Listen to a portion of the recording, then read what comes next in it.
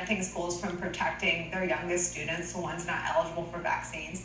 But he also talked about how to keep schools safe. And there are things you can do. You can mandate vaccines for teachers. He seemed to do that with all of the teachers that have a federal overlap, Head Start teachers, that teach through the Defense Department or the Department of Interior. He also talked about testing, getting rapid tests in the hands of everybody. He talked about using the Defense Production Act to do that. And he talked about partnerships with giant retailers like Amazon and Walmart and Kroger's. Talk about those pieces as a sort of buffer for our kids.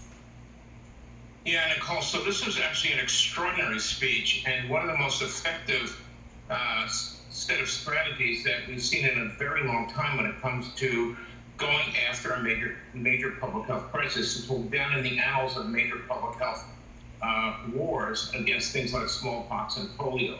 As far as children in schools are concerned, he was very specific. And in fact, we saw a kind of an earlier release of the plan today, and it's the opposite of puffery. It's filled with absolute hardcore programs and recommendations for everything from teachers and parents to businesses and so on. I'm actually extremely encouraged by what I heard today. It's a very impressive show.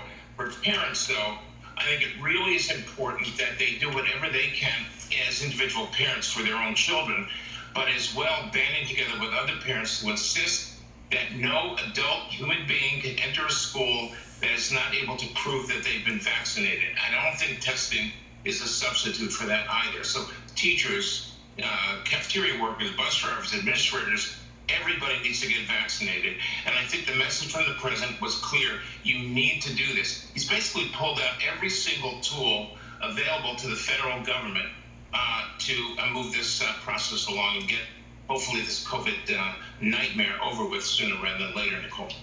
Dr. Padilla,